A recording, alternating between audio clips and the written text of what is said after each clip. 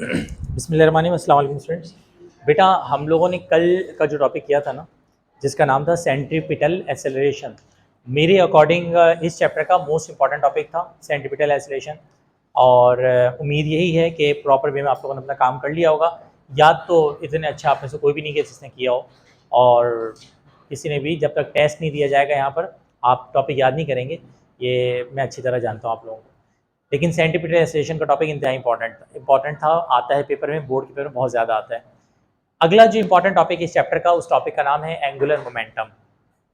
आज हम angular momentum को पढ़ेंगे और अल्लाह ताला से उम्मीद यही है कि इंशाल्लाह सेंट्रीपिटल एक्सेलरेशन जैसे हमने समझा था और याद करना आप लोगों के लिए बहुत आसान हो जाएगा अगर आप तरीके से समझ के याद कर चुके हैं या करेंगे। तो वैसे ही एंगुलर मोमेंटम का टॉपिक, और इसी के अंदर टॉपिक आएगा law of conservation of angular momentum. ये दोनों टॉपिक अगर मैं पढ़ा के फारिग होऊंगा तो इसी के साथ ये टॉपिक आप लोगों को बहुत अच्छे अंदाज में क्लियर हो जाएगा। अच्छा, अब मैं आपको कुछ बातें पहले तेज़ी के साथ समझा देता हूँ और उसके बाद फिर मैं इसको लिखवा दूंगा प्रॉपर वे में ताकि याद करें आप सिंपल अंदाज में। देखिए, एंगुलर मोमेंटम पढ़ाने से पहले मैं आपको मोमेंटम की तरफ लेके जाता हूँ। आपको याद होगा कुछ अरसे पहले मैंने एक चैप्टर स्टार्ट कराया था जिसके अंदर एक टॉपिक था जिसका नाम था मोमेंटम। याद है? मोमेंटम के अंदर मैंने पढ़ाया था कि quantity of motion possessed by a body is called momentum। कोई बॉडी के अंदर कितनी मोशन की क्वांटिटी मौजूद है, कितनी वो मूव कर रही है, ये उसका मोमेंटम कहलाता है। तो बिल्कुल इसी तरह से quantity of motion possessed by a body is called momentum and quantity of angular motion possessed by a body is called angular momentum। Quantity of angular motion, देखो जब मैंने linear velocity, angular velocity, linear acceleration, angular acceleration पढ़ाया तो मैंने बड़ा simple बताया था आसान लफ्जों में कि भाई जैसे सीधा सीधा मूव कर रहे हैं, लीनियर वे में मूव कर रहे हैं, सर्कुलर वे में मूव नहीं कर रहे, एंगुलर मोशन नहीं कर रहे, तो उसकी एक्सेलरेशन होती है, वेलोसिटी होती है, डिस्प्लेसमेंट होती है। लेकिन जब आप एंगुलर मोशन कर रहे हैं तो एंगुलर मोशन में जो एक्सेलरेशन, जो वेलोसिटी है वो एंगुलर वेलोसिटी हो जाती है, एक्सेलरेशन एंगुलर एक्सेलरेशन हो जाती है, डिस्प्लेसमेंट एंगुलर डिस्प्लेसमेंट हो जाती है, और मोमेंटम भी क्या हो जाता है, एंगुलर मोमेंटम हो जाता है। सो इसकी जो पहली डेफिनेशन बनी वो ये बनी कि angular momentum is the quantity of angular motion possesses by a body. ये मुश्किल तो नहीं है, हेडिंग डालो एंगुलर मोमेंटम की और इसके अंदर लिखो, इसके बाद law of conservation of angular momentum भी आज ही करवा दूंगा इंशाल्लाह। लिखो the quantity of motion, the quantity of angular motion, sorry, the quantity of angular motion, the quantity of angular motion possessed by a body, the quantity of angular motion possessed by a body is called, the quantity of angular motion possessed by a body, the quantity of angular motion possessed by a body is called, the quantity of angular motion possessed by a body is called angular momentum, is called angular momentum। Full stop डाल के लिखो, it is the cross product of, it is the cross product of angular momentum, it is the cross product of position vector r. ये आप लोगों को उसमें example भी करवाई थी क्रॉस प्रोडक्ट जब पढ़ाया था। It is the cross product of position vector, it is the cross product of position vector r, r इस तरह से position vector r, it is the cross product of position vector r and linear momentum p, and linear momentum p, and linear momentum p. It is the cross product of position vector r and linear momentum p, position vector r and linear momentum p. Mathematically करके नीचे ये लिख लो, फिर मैं बता देता हूं इसके मुतालिक भी।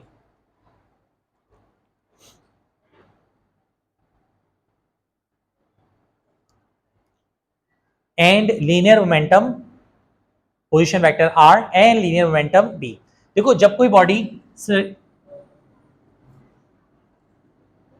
इमेजिन कीजिए कि एक बॉडी है और वो सर्कुलर पाथ पे क्या कर रही है, मूव कर रही है, यानी एंगुलर मोशन कर रही है, तो बेटा हमेशा याद रखिएगा, इमेजिन करें ये वाली बॉडी है और ये बॉडी जो है इस तरह से गोल गोल घूम रही है, ठीक है।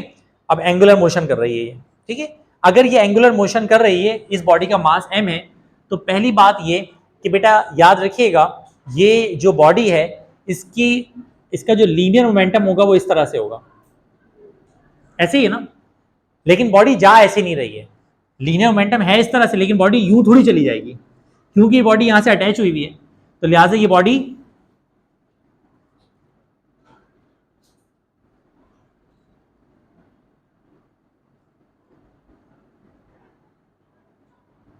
इस तरह से मूव करेगी, ऐसे ही है ना। सही बोल रहा हूँ ना, गलत तो नहीं बोल रहा मैं, क्योंकि सपोज कर लो, जस्ट इमेजिन कि अगर ये बॉडी यहां से अटैच ना हो तो फिर ये बॉडी ऐसे ही निकल जाएगी, लेकिन अभी फिलहाल लीनियर मोमेंटम तो इस तरह है, लेकिन बॉडी मूव यूं कर रही है। तो हम सबसे पहले तो इसके लीनियर मोमेंटम को इसके रेक्टेंगुलर कंपोनेंट में क्या कर देंगे, रिजॉल्व कर देंगे। तो जब रिजॉल्व करेंगे तो रिजॉल्व करने के नतीजे में एक बन जाएगा पी कॉस थीटा जो कि अलॉन्ग एक्स एक्सिस आएगा, और एक बन जाएगा पी साइन थीटा जो कि अलॉन्ग कौन सा एक्सिस आ जाएगा, वाई एक्सिस। अब मुझे एक बात बताओ, अगर ये पोजीशन वेक्टर आर है, ये यहाँ से लेकर ये इसको हम आर रिप्रेजेंट कर रहे हैं, तो जो आर जो एंगुलर मोमेंटम है वो आर को पी कॉस थीटा से मल्टीप्लाई करके हासिल करेंगे, पी साइन थीटा से करेंगे, पी साइन थीटा से करेंगे। उसका रीजन ये है कि अलोंग द मोशन जो मोमेंटम का इम्पैक्ट आया वो पी तो रिजॉल्व हो गया है, पी कॉस थीटा नहीं आया, पी कॉस थीटा तो कैंसिल हो जा रहा है, तो इम्पैक्ट किसका आया, पी साइन थीटा का आया। तो इसका मतलब क्या हुआ कि आपके पास जो L है वो R को हमें मल्टीप्लाई करना पड़ता है किसके साथ, P साइन थीटा के साथ। तो जब R को P साइन थीटा से मल्टीप्लाई करेंगे तो यहाँ साइन थीटा है, तो ये अगले स्टेप में क्या बन जाएगा, R क्रॉस P। बेटा क्लियर हो गया, कोई मुश्किल तो नहीं। तो इसको आर पी साइन थीटा भी बोल सकते हैं और R क्रॉस P भी बोल सकते हैं। नीचे हेडिंग डालो एक्सप्लेनेशन, देखो if a body of mass small m, explanation की हेडिंग डालो, यही बात लिखवाऊंगा जो भी मैंने लिखवाई है, समझाइए। देखो if a body of mass small m, if a body of mass small m is moving in a circular path, is moving in a circular path, is moving in a circular path of radius in is moving in a circular path of radius inverted commas में r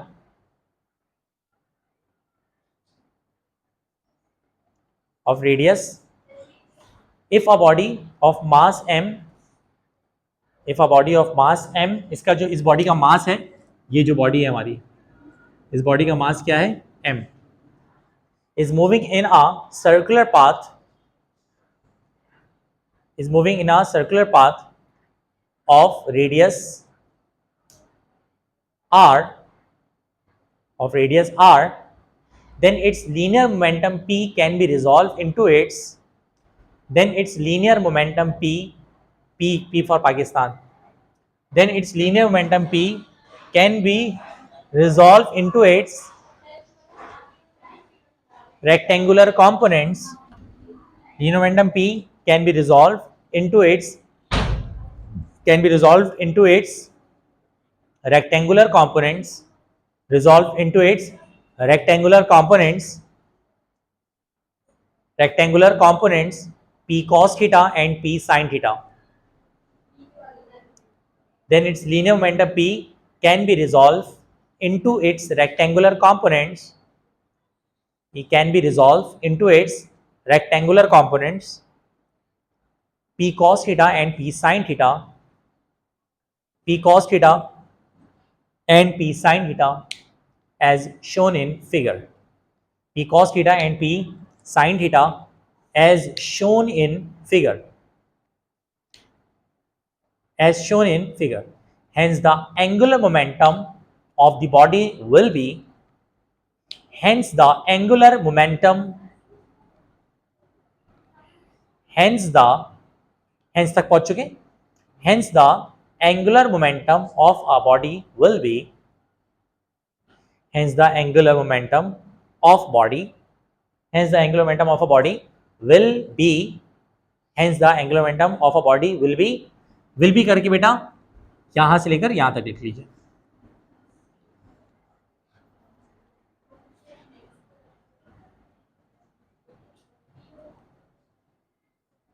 will भी करके यहां से लेकर ये दो points को जल्दी से लिख लें।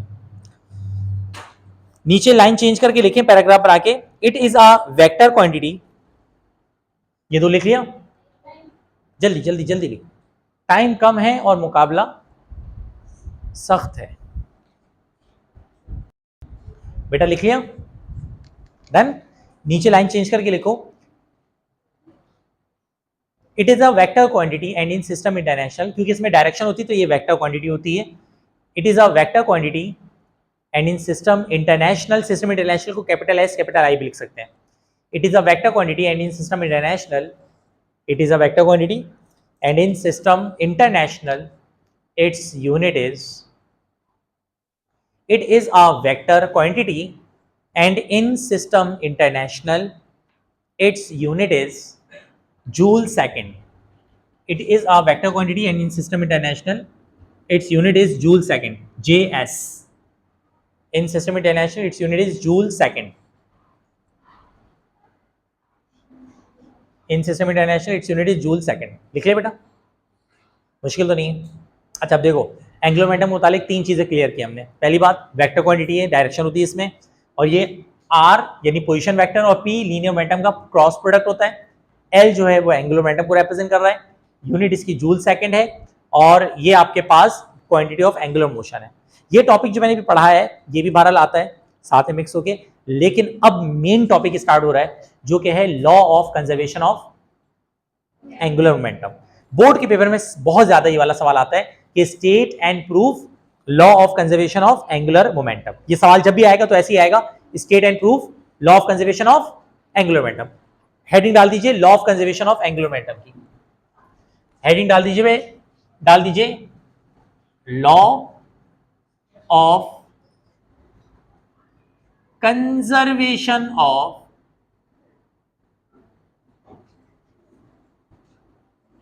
Angular momentum, law of conservation of angular momentum. ये डायग्राम भी बनानी थी ऊपर यार, जगह है वो सर? ये जिनके पास जगह बना लें, जिनके पास नहीं है जगह वो भी बना लें। ये डायग्राम भी बनानी है, उसके बाद हेडिंग आएगी law of conservation of angular momentum. जगह थोड़ी सी होगी साइड वाइड पे बना लेंगे डायग्राम, बना लो ये डायग्राम, फिर मैं मिटाऊंगा।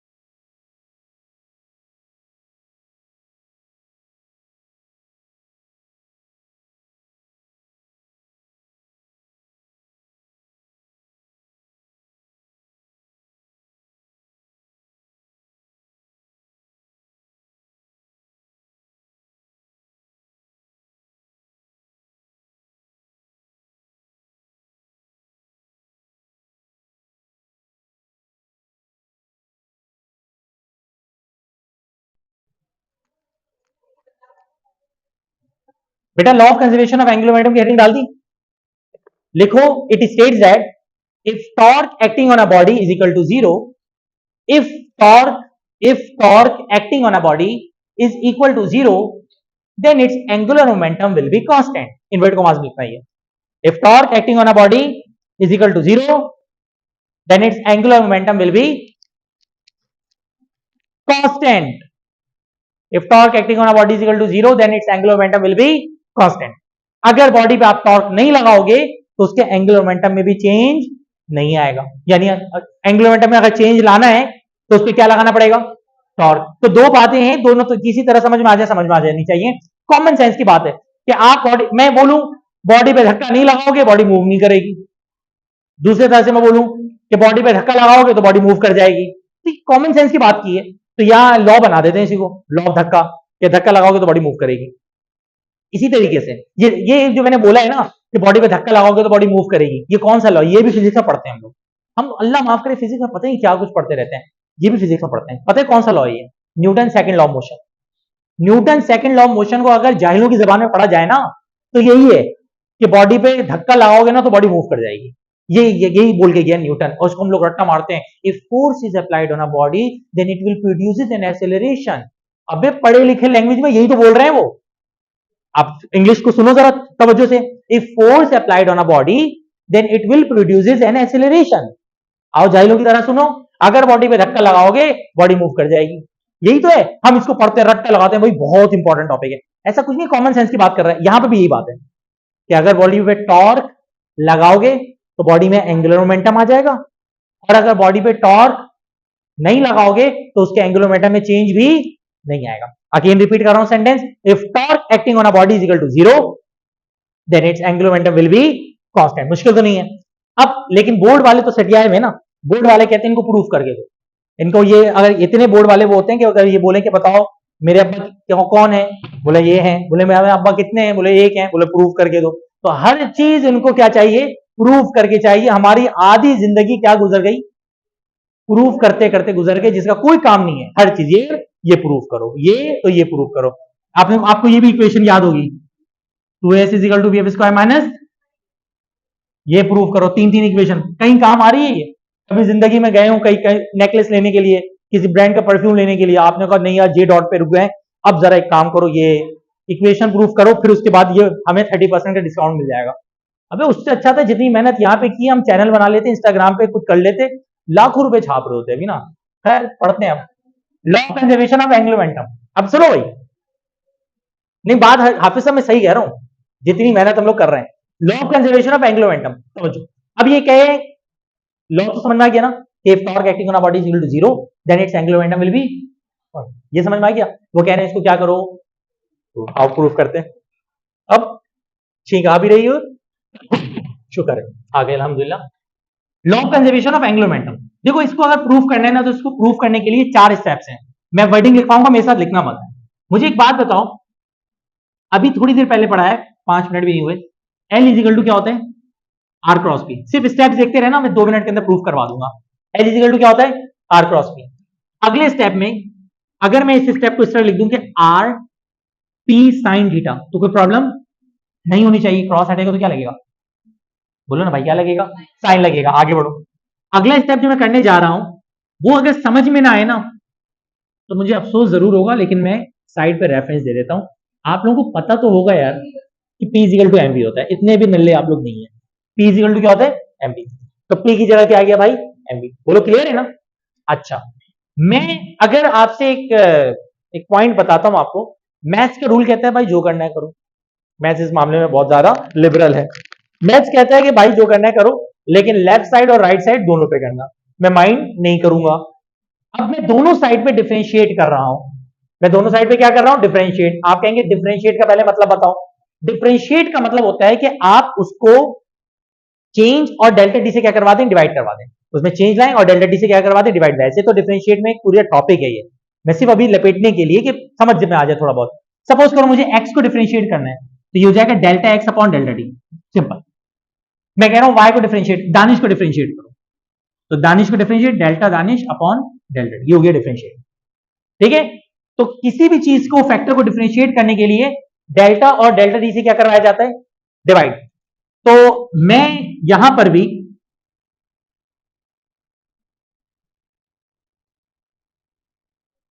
लिख रहा हूं differentiating both sides of the above equation we get. हम दोनों साइड्स को क्या कर रहे हैं भाई, डिफरेंशिएट कर रहे हैं, कर दें। अब डिफरेंशिएट करेंगे तो जरा देखना क्या बनेगा, यहां पे बताओ जरा क्या बनेगा, delta l upon delta t is equal to, आप कहेंगे सर ये ना आपने थोड़ी गलत बात की है, हम हम कुछ और सोच रहे थे, हम सोच रहे थे आप ना इसको इस तरह लिखेंगे,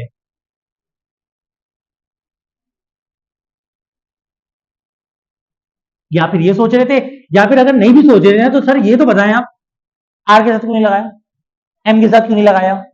तो बेटा देखो आर कांस्टेंट है, कांस्टेंट को कभी डिफरेंशिएट नहीं कर सकते। एम भी क्या है, मास, मास भी क्या होता है, कांस्टेंट, तो इसको कभी डिफरेंशिएट नहीं कर सकते। तो इस वजह से आर और एम तो कांस्टेंट थे, गरीब का बचा कौन बचा, वी। वी ने कहा ओ भाई कर लो ठीक है ना, तो लिहाजा वी को हमने क्या कर दिया, डिफरेंशिएट कर दिया। तो डेल्टा अपॉन डेल्टा टी यहां भी लग गया, डेल्टा अपॉन डेल्टा टी यहां भी लग गया। क्लियर है ये। अब अगला जो स्टेप हो रहा है ना, उस अगले स्टेप को जरा गौर से देखिएगा और समझ में आए या ना आए आपने बोल देना है कि यस सर समझ में आ गया। Delta l upon delta t is equal to,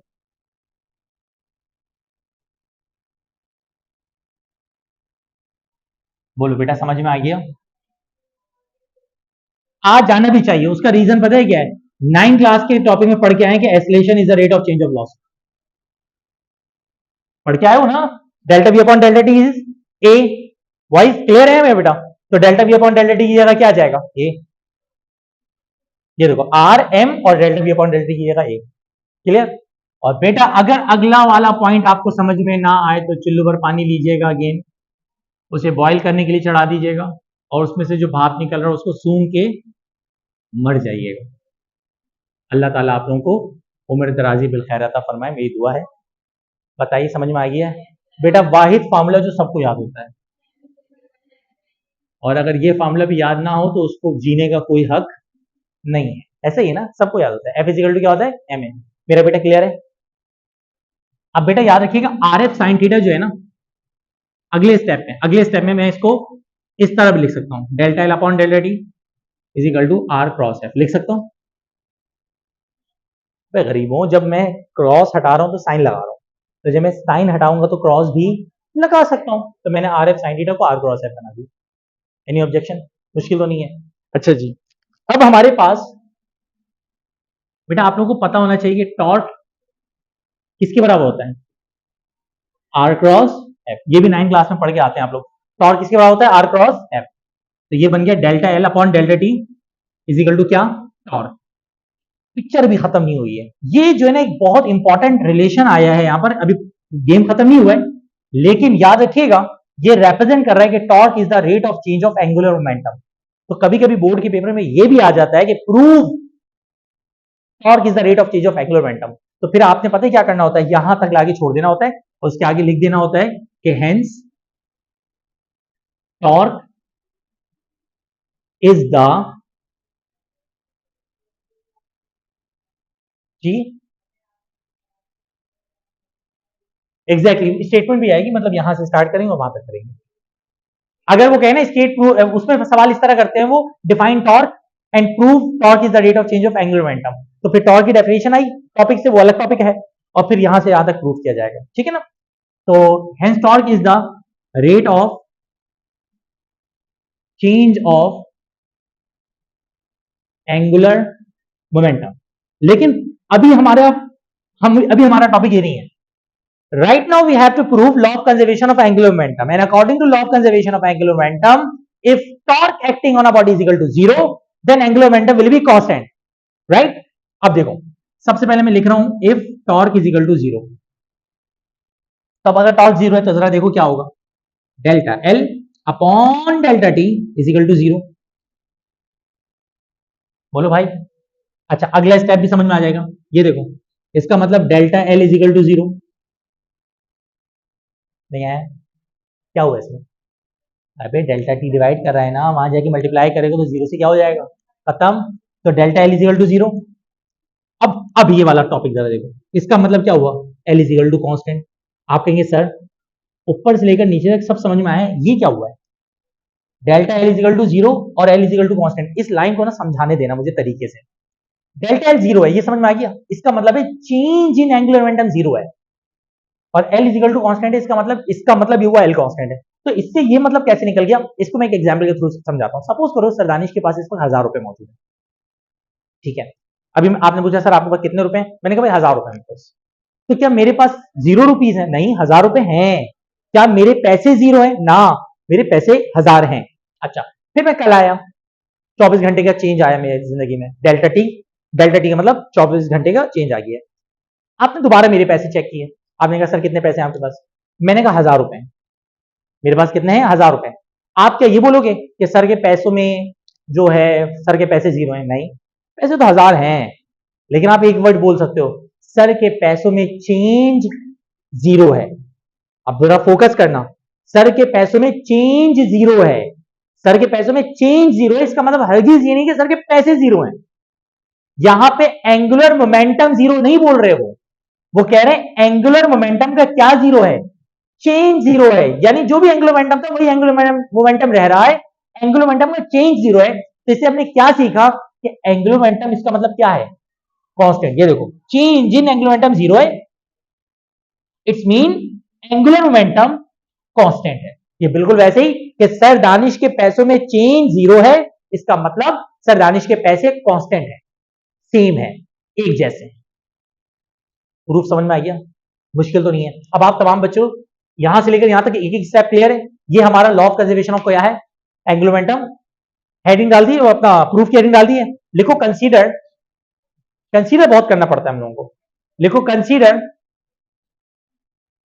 an object, consider an object of mass, inverted commas में small m, consider an object of mass inverted commas में small m, consider an object of mass inverted commas में small m is moving in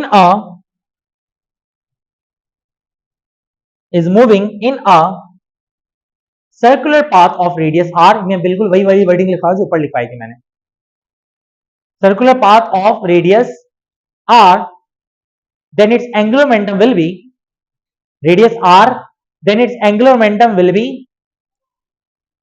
r, then its angular momentum will be